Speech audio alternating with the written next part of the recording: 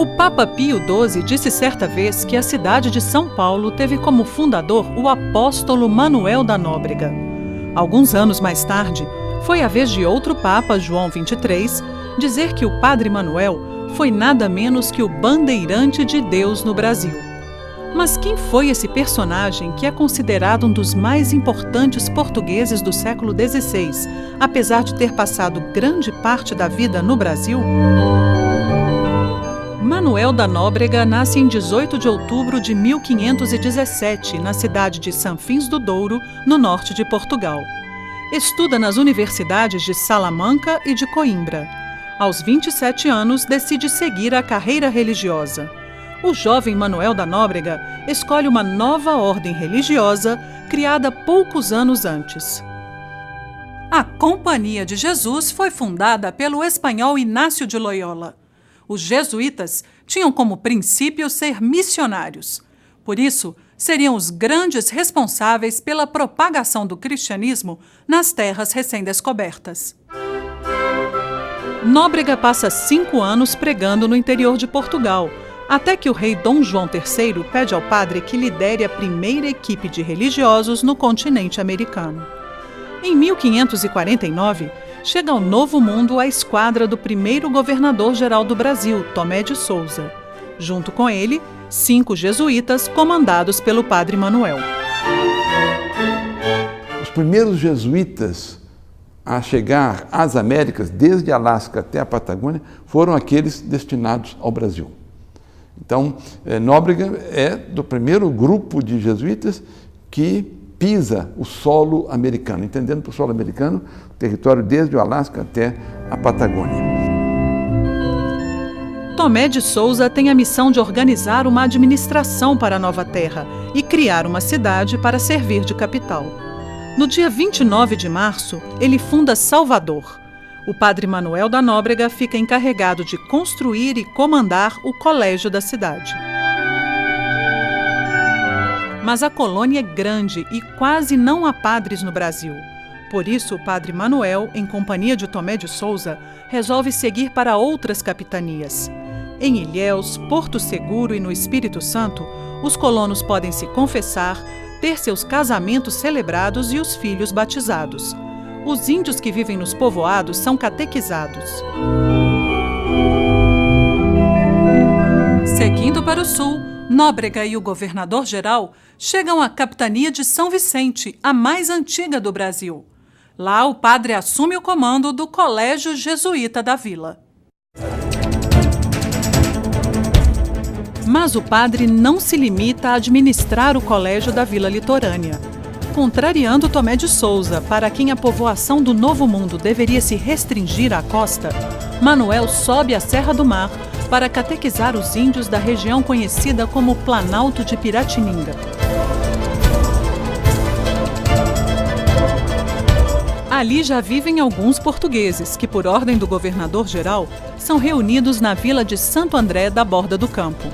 Mas o lugar não é seguro contra os ataques dos índios. Por isso, Padre Manuel transfere os jesuítas para uma colina, entre os rios Anhangabaú e Tamanduateí.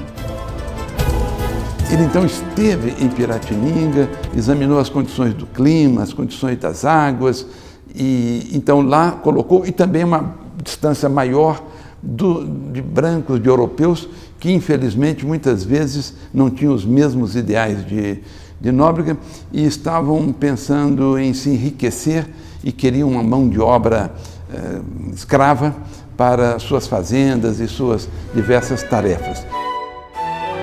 No dia 25 de janeiro de 1554, é celebrada a primeira missa em um barracão construído no novo local.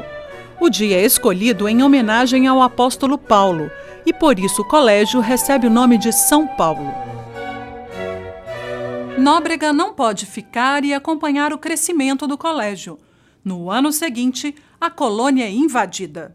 O almirante francês Nicolau de Villegagnon ocupa a Baía de Guanabara e lá funda a França Antártica.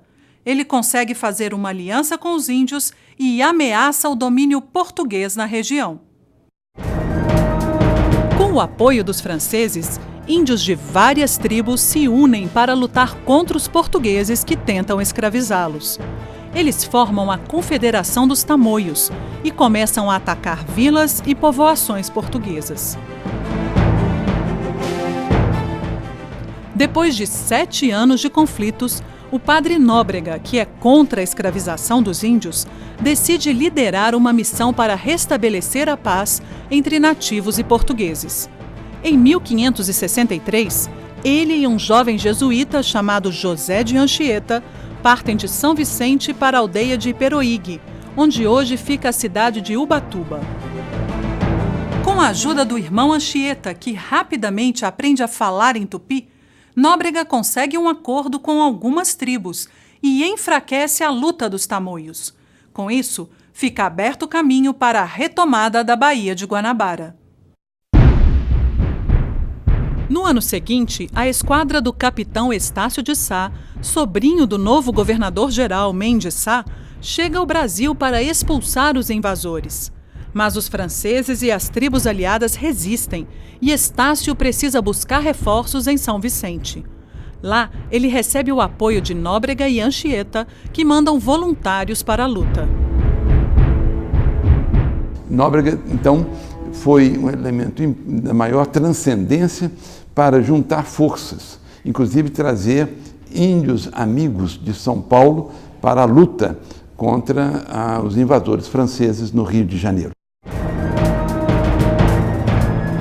Com a ajuda dos jesuítas, Estácio de Sá volta a Guanabara e no dia 1º de março de 1565, funda a cidade de São Sebastião do Rio de Janeiro. 5 dias depois, ocorre a primeira batalha e 2 anos mais tarde, os franceses são finalmente expulsos do Brasil. Com a paz restabelecida, Nóbrega cria e passa a administrar o Colégio Jesuíta do Rio de Janeiro. E é no comando dele que o padre morre, em 18 de outubro de 1570, mesmo dia em que completa 63 anos. Manuel da Nóbrega, estadista e missionário, foi um dos fundadores de São Paulo e o primeiro a perceber a importância de ocupar o interior do continente. Por isso, é um dos construtores do Brasil.